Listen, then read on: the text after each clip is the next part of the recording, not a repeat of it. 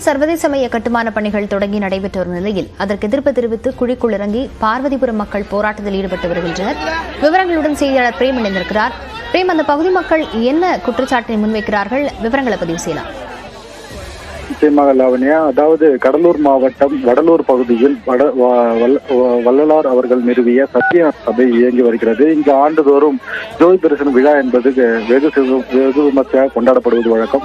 இந்த நிலையில் வள்ளலார் பெருமையை உலகிற்கு எடுத்துரைக்கும் விதமாக தமிழ்நாடு அரசு சார்பில் 100 கோடி மதிப்பீட்டில் சத்தியநாராயண சபையில் ஒரு சர்வதேச மையம் அமைக்கப்படும் என்று கடந்த ஆண்டு அறிவிக்கப்பட்டது. அதன் தொடர்ச்சியாக கிராம மக்கள் இங்கு சர்வதேச மையம் என்பது வடலூர் சத்தியநாராயண தெருவெளியில் அமைக்கக்கூடாது என கடுமையான எதிர்ப்பு தெரிவித்திருந்தனர்.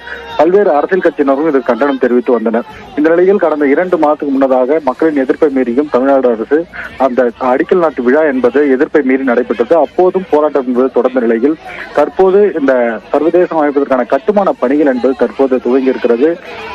கடந்த 1 வார காலமாக இந்த பணிகள் நடைபெற்ற நிலையில் இன்று கட்டுமான பணியான குழி தோண்டும் பணி என்பது அதிக அளவில் ராட்சச இயந்திரங்களை கொண்டு நடைபெற்றது. அந்த பணிகளில் தற்போது முற்றிலுமாக தடுத்து நிறுத்தி ஏற்கனவே சத்தியநாராயண சபைக்கு கட்டுவதற்காக நிலத்தை வழங்கிய பார்வதிபுரம் கிராம மக்கள் தங்களுக்கு சொந்தமான நிலம், இதை அரசு ஆக்கிரமிக்க கூடாது என வலியுறுத்தி தற்போது அந்த கட்டுமான பணிகளை தடுத்து நிறுத்தியும் குழிக்குள் இறங்கியும் அங்கே படுத்து பல்வேறு கட்ட போராட்டத்தில் ஈடுபட்டு வருகின்றனர். இதனால் பெரும் பரபரப்பு ஏற்பட்டிருக்கிறது. சுமார் 300க்கும் மேற்பட்டோர் போராட்டத்தில் ஈடுபட்டு வருவதால் தற்போது போலீசாரும் அங்கு குவிக்கப்பட்டு அவரிடம் பேச்சுவார்த்தை என்பது நடத்தப்பட்டிருக்கிறது. ஆனால் பேச்சுவார்த்தை இப்போது குழிக்குள் இறங்கி போராட்டத்தில் ஈடுபட்டு வருவதால் போலீசார் கட்டுப்படுத்த முடியாமல் திணறி வருகின்றனர். இன்னும் தெரிவிக்கப்பட்டிருக்கிறது. விவரங்களுக்கு நன்றி பிரேம்.